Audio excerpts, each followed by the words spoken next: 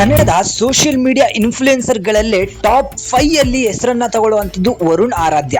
ನಿಮಗೆ ಗೊತ್ತಿರಬಹುದು, ಕನ್ನಡದ ಹಲವಾರು ಕ್ರಿಯೇಟರ್ಗಳಲ್ಲಿ ವರುಣ್ ಆರಾಧ್ಯನು ಕೂಡ ಟಾಪ್ 5 ಅಲ್ಲಿ ಬರ್ತಾರೆ ಅಂತ ಹೇಳಿ. ಆದ್ರೆ ವರುಣ್ ಆರಾಧ್ಯ ಅವರ ವಿಚಾರ ಏನಕ್ಕೆ ಮಾತಾಡ್ತಿದೀವಿ ಅಂದ್ರೆ, ಇತ್ತೀಚಿನ ದಿನದಲ್ಲಿ ವರುಣ್ ಆರಾಧ್ಯ ಅವರ ಗರ್ಲ್ ಫ್ರೆಂಡ್ ಯಾರು ಅಂತ ಹೇಳಿ ಸಿಕ್ಕಾಪಟ್ಟೆ ಚರ್ಚೆ ಆಗ್ತಾ ಇತ್ತು.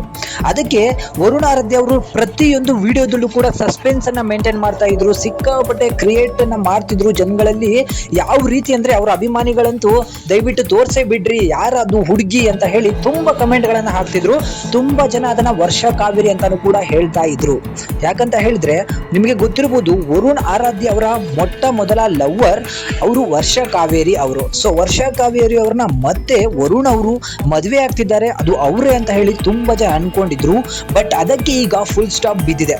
ಹೌದು, ತುಂಬಾ ದಿನಗಳಿಂದ ತನ್ನ ಅಭಿಮಾನಿಗಳನ್ನ ಕಾಡಿಸ್ತಿದ್ದಂತಹ ವರುಣ್ ಆರಾಧ್ಯ ಅವರು ತಮ್ಮ ಪ್ರತಿದಿನದ ಡೈಲಿ ಲಾಗ್ಸ್ ಗಳಲ್ಲಿ ತನ್ನ ಹುಡುಗಿ ಮನೆಗೆ ಹೋಗೋದು, ತನ್ನ ಹುಡುಗಿಯ ಜೊತೆಗೆ ಡೇಟ್ ಮಾಡಿರೋದು ಎಲ್ಲವನ್ನೂ ಕೂಡ ತೋರಿಸ್ತಿದ್ರು. ಬಟ್ ಆ ಹುಡುಗಿಯ ಮುಖವನ್ನ ಮಾತ್ರ ತೋರಿಸ್ತಾ ಇರಲಿಲ್ಲ.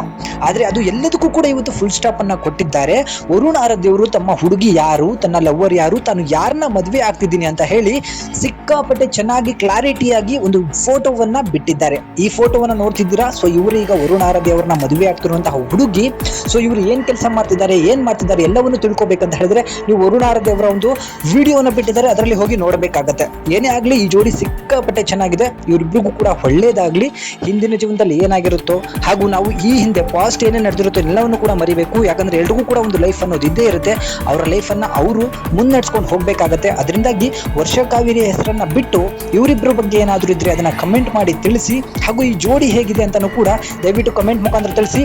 ಏನೇ ಆಗ್ಲಿ, ಕನ್ನಡದ ಕ್ರಿಯೇಟರ್ಸ್ ಅಂತ ಬಂದ್ರೆ ಟಾಪ್ 5 ಅಲ್ಲಿ ವರುಣ್ ಆರಾಧ್ಯ ಕೂಡ ಒಬ್ರು ಅನ್ನೋದನ್ನ ಯಾರು ಮರಿಬಾರ್ದು. ಇವರೆಲ್ಲರೂ ಕೂಡ ಕನ್ನಡದ ಹೆಮ್ಮೆ ಅಂತಾನೂ ಕೂಡ ಹೇಳ್ಬಹುದು.